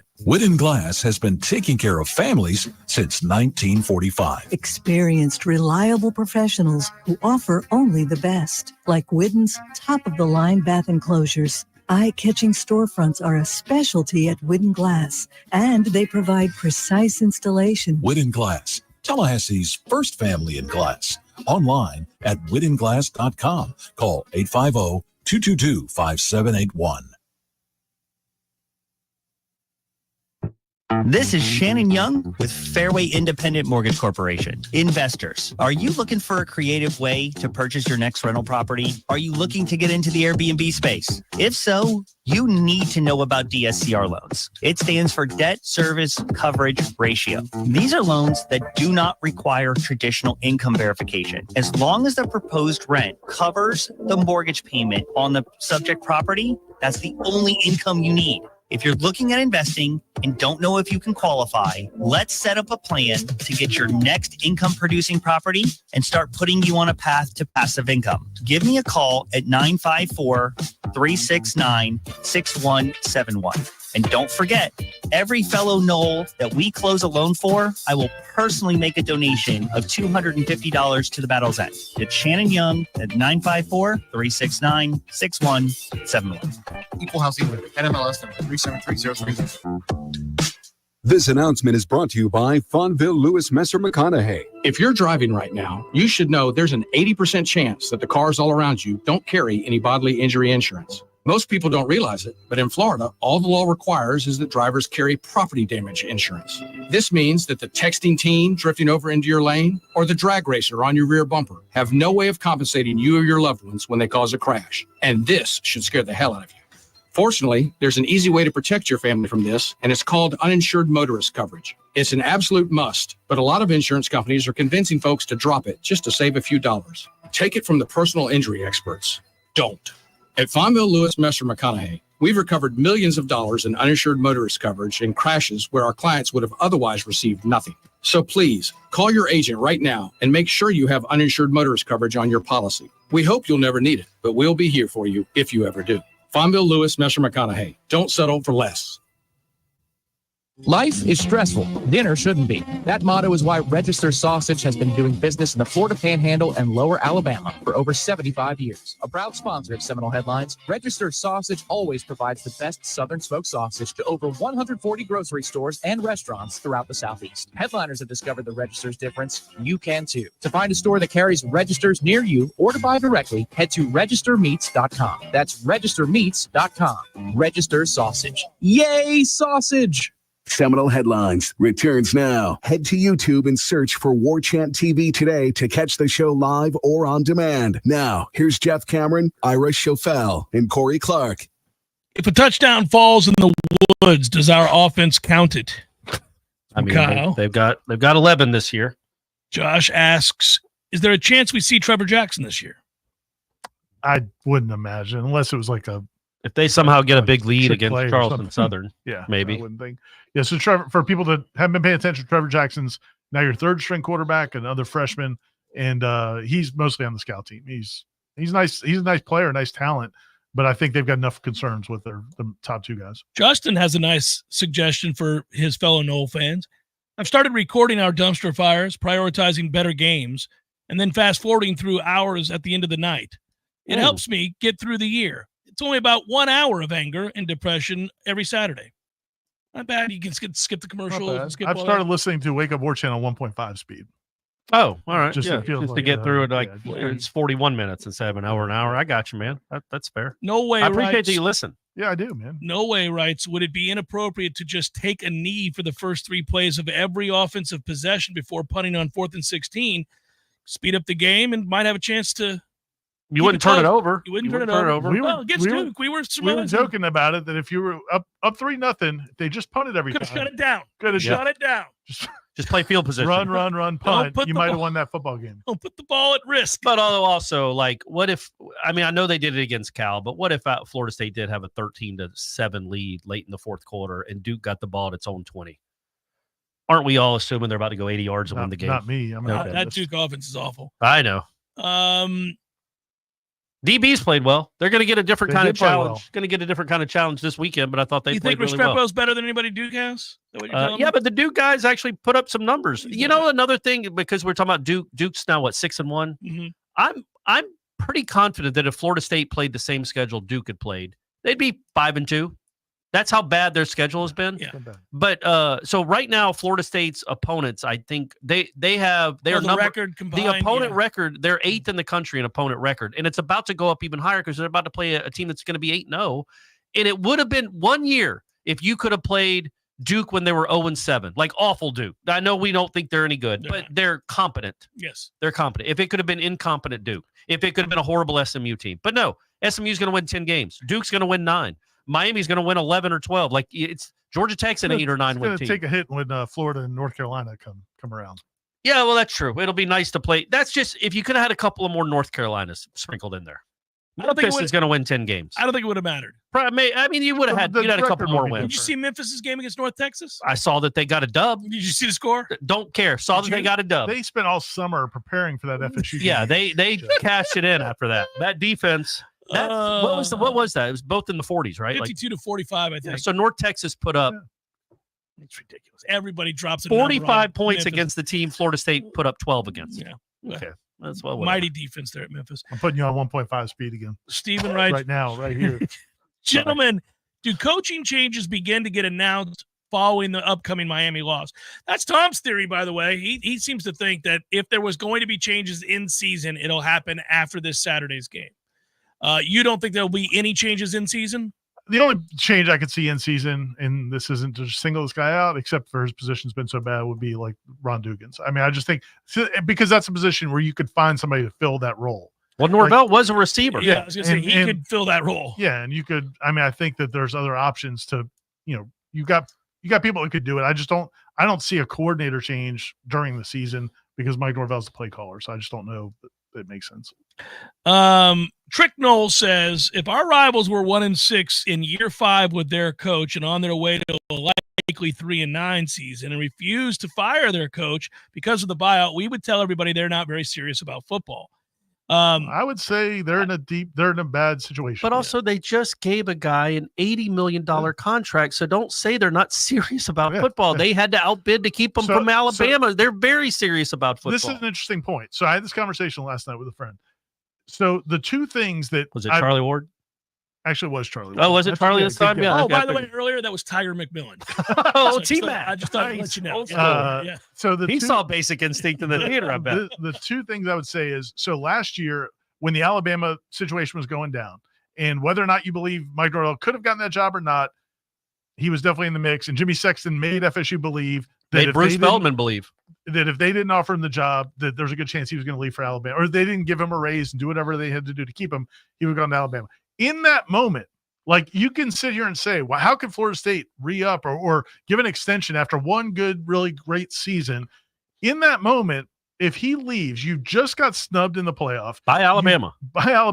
You just got blown out by 60 in a bowl game. Your head coach leaves for the school that you got snubbed for because you didn't want to give him $10 million a year. Who's not serious about football? Like, that would have been a disaster. Same thing. People are going over the NIL stuff, and you got held hostage by some players. You should have let them walk. Imagine if your starting defensive line had gone to another school because you didn't want to give them more NIL money. What would people have been saying then?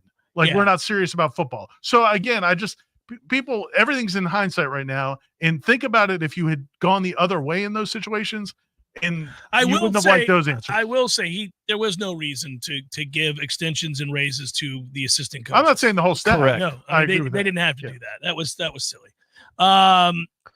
But I think his point was the fans would be saying they're not. I don't think the whoever asked the question is saying Florida State's not serious. I think he's implying that fan bases of other schools would say that. And I think that's true. I think that's true. But yes, yeah, I mean, I don't care. Yeah. you don't have, but you just don't have the means to do it. You don't want to do it. You want this guy to make it work. Say whatever they want to say about a program they hate. They're going to say that. If it was our rival program, we would be having fun at their expense in the way that they're having fun at our expense. Exactly. Right now, everybody is like, not everybody. There are plenty of people right now who are going, "Oh, Napier's turned it around. He's figured it out." Well, man, he's going to get his blank kicked over these next 4 weeks. And we'll see, though. I don't know. Come on, man. Look at who they're playing. They got Georgia, Texas. Yeah, they got some losses. LSU and Ole Miss. Yeah, they'll lose 3 of those games in all likelihood. They may win one of those, and they'll beat Florida State at the end of the year. And we'll see what they look like after 4 straight losses. We will. The Lagway kid can play, and they're playing hard for him. And they just dropped 50 on Kentucky when nobody else was. I'm just saying this is a 2-week snapshot. They played against Kentucky, who's not very good. Kentucky got destroyed. Well, also we keep. It flips, man. Yeah. Miami was a laughingstock last year. They were a laughingstock. We all made fun of their coach. Florida State beat them. I mean, they do it in there. You and I know this. I think most people know it. They're disingenuous if they don't. It's obvious. It can flip. I don't worry about that. It can flip. I will say it's weird. All these competing things can be true simultaneously. Like, look, man, we would be having fun at their expense. Absolutely, we would say, man, what's going on there? They look like they have systemic issues. Of course. Because that's what it looks like here. Yeah, it looks like they've got serious issues, and you can say it. It doesn't mean they're not serious. You have to burn $65 million because people are making fun of you. And also, he can get he can fix it, or I'm not saying he will fix it. We'll see if he can. We don't the know. Possibility is there. It is there. You're gonna have to help him, but the possibility is there that he can fix it. Jennifer wants to know: pretend you're Norvell without self-editing. Explain how this season happened in year 5. I'll hang up and listen. Thank you. Yeah.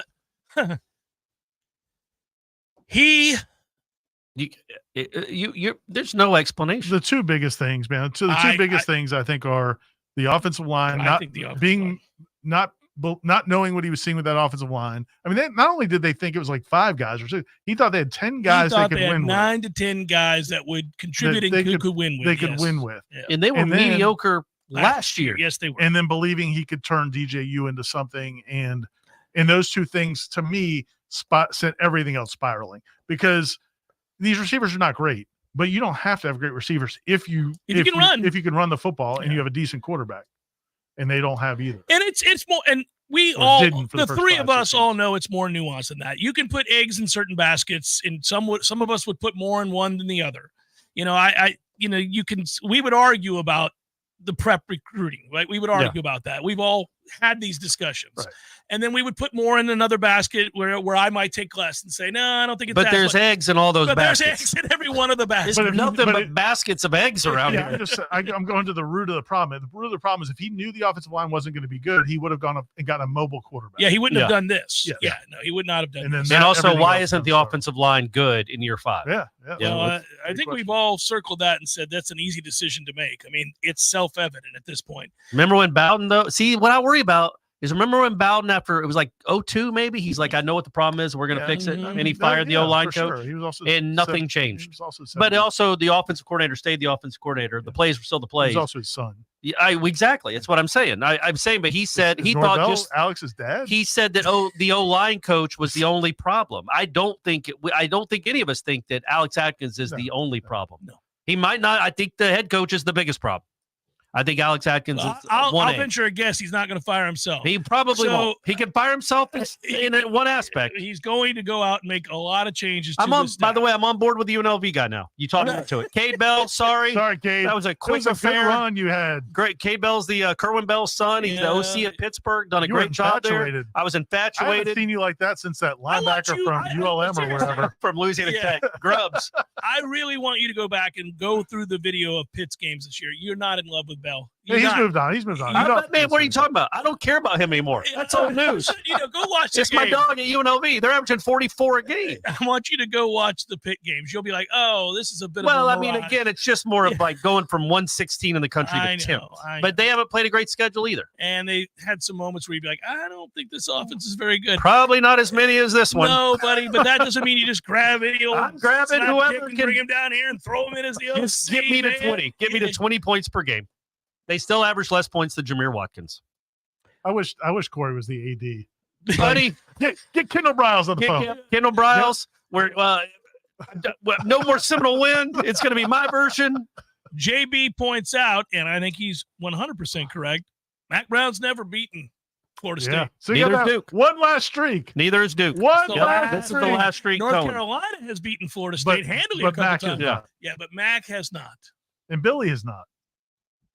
Oh, no, no, Billy's going to get his chance this year. Cristobal hasn't either. Well, yeah. That's probably coming. But hey, maybe he chokes. Maybe Mario chokes on Saturday. He starts taking a knee just to prove it. I'm going to kneel on every. He should take a knee for the first quarter just to make it fair. This is kind of funny, and it does allow us for at least 2 minutes to talk about something that you had to have been over the moon about, and I forgot to bring up today, and thankfully somebody on Twitter did. If FSU football could improve their offense by adding ex-Virginia basketball coach Tony Bennett to the staff, would you be excited? Would you let that happen if it was guaranteed they would double their production? By the way, Ira, were you choked up about the news? It turns out he's really an offensive mastermind. Yeah. After all these years. After putting together an offense that was, just destroying really hard to watch. Your senses. So it was weird, man. Like that was you felt bad for him. I would have preferred it if he kept coaching and losing. Like that would have been better. I don't want to see him out of the game. I just want him to lose a lot. I'm perfectly happy with his. I don't want to watch that of style of basketball ever again. Years. So I'm fine with it. I also appreciate. I feel like it's been 15 years. Was he at Virginia for 15? That's 15 years of our life, man. That we had to lose to that. Dressed to the nines, though. Oh, man, great dress guy, really good person, really good dude. Yeah, but he took some crap for this. Quitting on his team. 10 well, days that is bizarre. Season. Yeah, that is crazy. But he just wanted his guy to make sure his guy got the job, right? So, he did it so quick to the season. They had no choice. So close to the season. So I feel like I'm vindicated. He's slimy. But man, he's always been slimy. Here's the problem. Like when you're as petty as I am and you hate watch a lot of teams, and then those coaches leave, you're empty. Oh, you're like, oh man, what am I going to do now? What do I do with all this fuel?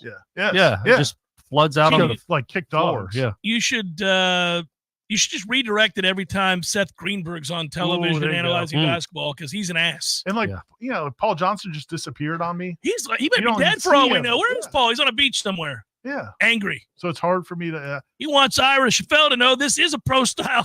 Jimbo, you got to get a job next year, Jimbo.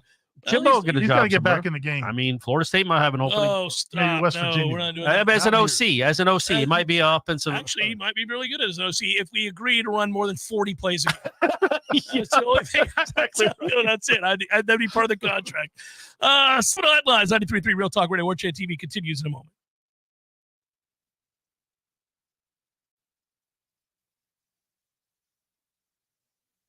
Your local news now. Tallahassee police are investigating suspicious deaths after two were found dead in a home near Owsley Road Sunday evening. Around 6 p.m. Sunday, near the 300 block of Owsley Road, officers arrived at a home in the area for a welfare check when they found a man and woman dead inside. Tallahassee police said all involved parties have been identified. There have been no further details released at this time. The investigation is open and active. One person is dead following a Bainbridge police chase on October 12th at around 6 p.m. Bainbridge Public Safety attempted a traffic stop on a gray Mercedes. The driver refused to pull over. GSP said they decided to end the chase by using a pit maneuver on Georgia 309 due to the suspect driving recklessly and showing no regard for the safety of others. The driver, who was the only person in the car, was ejected from the vehicle. The driver was found unresponsive outside of the car. Even though life-saving measures were taken until EMS arrived, the suspect passed away from his injuries. This is Rachel Lenny with your Real Talk 93.3 local news update, brought to you by Macklemore Systems, Tallahassee's go-to Mac store. Check them out online at MacklemoreSystems.com. This is meteorologist Paul Frobley with your Real Talk 93.3 weather update. Daytime highs approaching 85 this afternoon under mainly sunny skies, northeasterly winds 5 to 10 miles per hour. Lows around 61 tonight, mainly clear. Clear skies tomorrow, highs level off around 85. Temperatures a bit above average Thursday and Friday with highs in the mid-80s. This report is brought to you by the Lawn Johns. For all your landscaping and lawn care needs, visit thelawnjohns.com. Right now, 80. Every journey starts with a first step, a daring step. But what they don't say about first steps is that you have to keep going, taking step after step, and eventually you take a big leap, accomplishing more than you ever thought possible. After 57 years, Tallahassee Community College is soaring even higher, and we're now officially Tallahassee State College. We invite you to take a step and visit Tallahassee State College. Learn more at tsc.fl.edu. Dream it, plan it, do it. Brian Barnard's Flooring America offers a straightforward way to shop with our streamlined shopping. Finding the right flooring is simple. Visit our newly remodeled showroom featuring the Room to Explore shopping experience, where our knowledgeable staff will walk you through the steps. Our family has been serving the area since 1976 with a local staff of more than 35 people trained in flooring sales and design. We know floors and we know styles. Let us help make your home timeless. Brian Barnard's Flooring America, where friends send friends.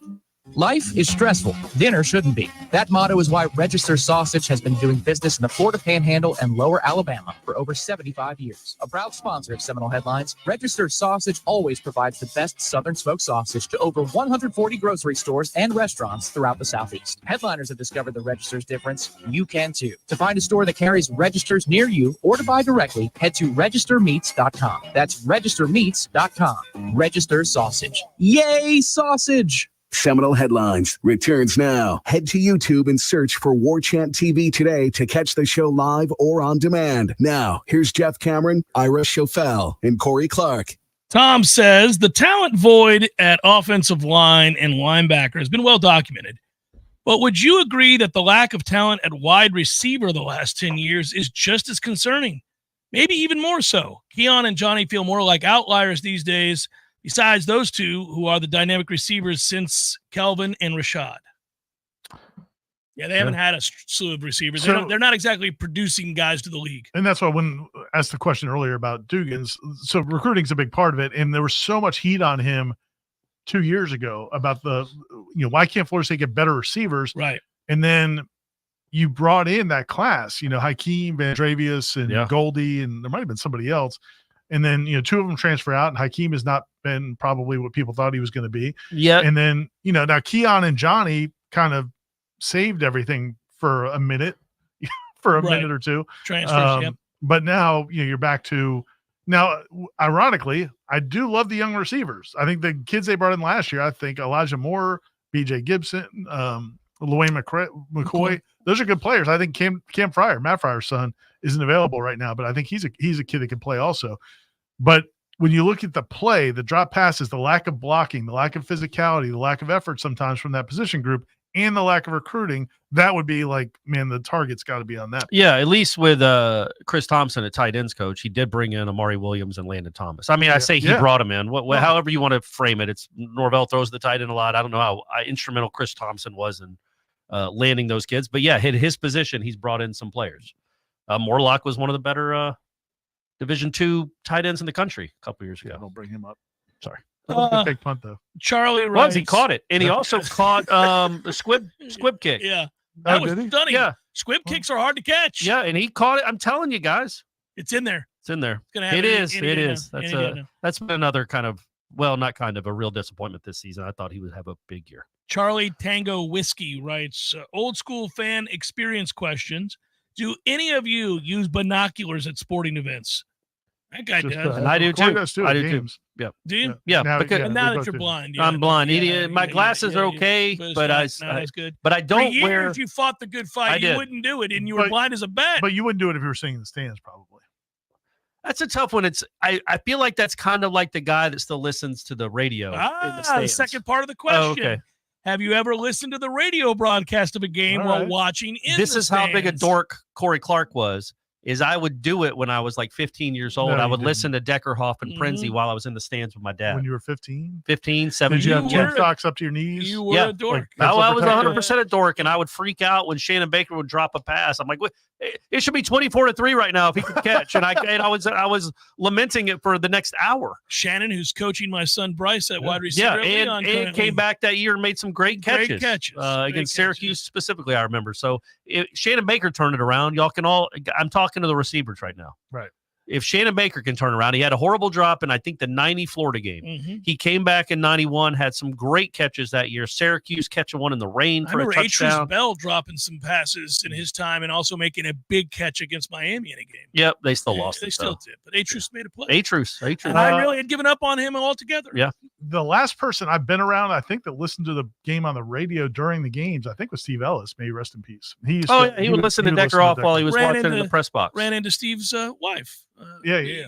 Recently, his widow recently, and I hadn't seen her in years. Yeah, she's a big Nole. We had a hardcore. She's devastated by what we all are. We all are. It's but yeah, I was that kid that would wear the Walkman, listen to. Well, and also back then, I never got to listen to Deckerhoff. Like I lived in Atlanta, so it was cool to get to listen to him, and and I'm trying to justify it, and you can't. We're all friends. Imagine if you saw a 16-year-old kid at a Florida State game with. I'm headphones imagining on. it right now. I'd be like, wow. And it wasn't This poor AirPods. man. You saw the whole thing. It looked like big, this. It was me like caboodle. this. Yeah. Oh yeah. If Mike loses to Charleston Southern, is there any chance? I'm assuming they mean they lose all of the games, including Charleston Southern, and they go 1-11. Would he be fired? I mean, I think the point still stands is that you're making. What does the win even mean against Charleston Southern? You go from 1-11 to 2-10. The season is already an abject embarrassment. It's an abject failure. So, I think if you're willing to stick with them for 2-10, you're going to stick with them for 1-11. Now, it would be the low point of any Florida State team. Would you be mad after that game, or would you be laughing? If they lost the game to Charleston Southern, I think I'd be mad. I think I would be mad. Would you at that point say, sorry, Mike, you're done?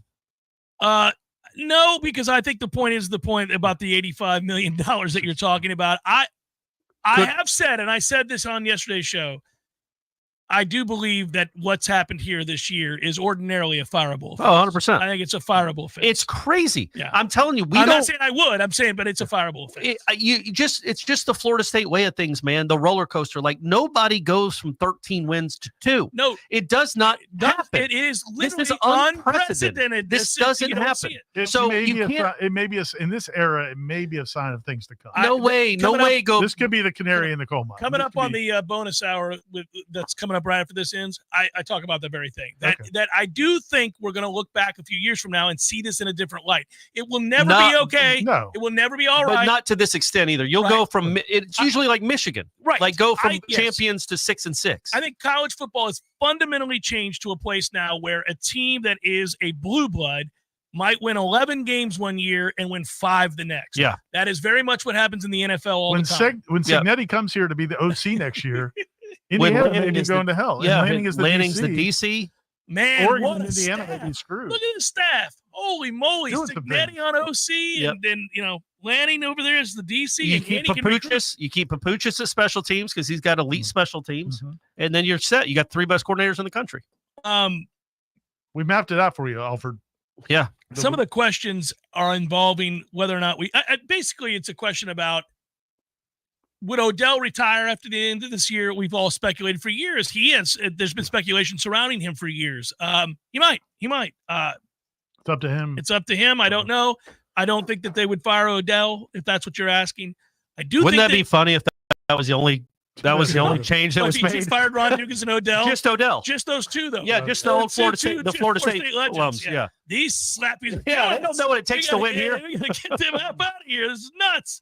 I want. There's a few questions. I'm merging these together here real quick. And it is strange. It is unique right now to Florida State to watch that when Florida State succeeds, they succeed over the moon. It's borderline national championship. It's unbelievable. They're going to be great. And when they suck, man, the extremes going on in Tallahassee in the last 20 years, it's nuts. Yeah. It's nuts. Like, we're the opposite of Ohio State. Ohio State never has a bad season. Not in 20 years, not in 15, 20 years. They just don't have them. Yeah. They don't exist. Even when John Cooper was getting fired, they were good. They were just couldn't 10-win beat Michigan. seasons, and he got fired because he couldn't beat Michigan. Like that. We don't do that. We're like these days. Well, no, they're not. I feel like they're more like the opposite of like Georgia Tech or North Carolina. Never great, never horrific. Always 4 wins to 8 wins, 5 wins to 9, somewhere in that neighborhood. NC State. Florida State, NC State. Like they're always just okay. They're always pretty. They might have a season where they're top 15, but normally they're receiving votes.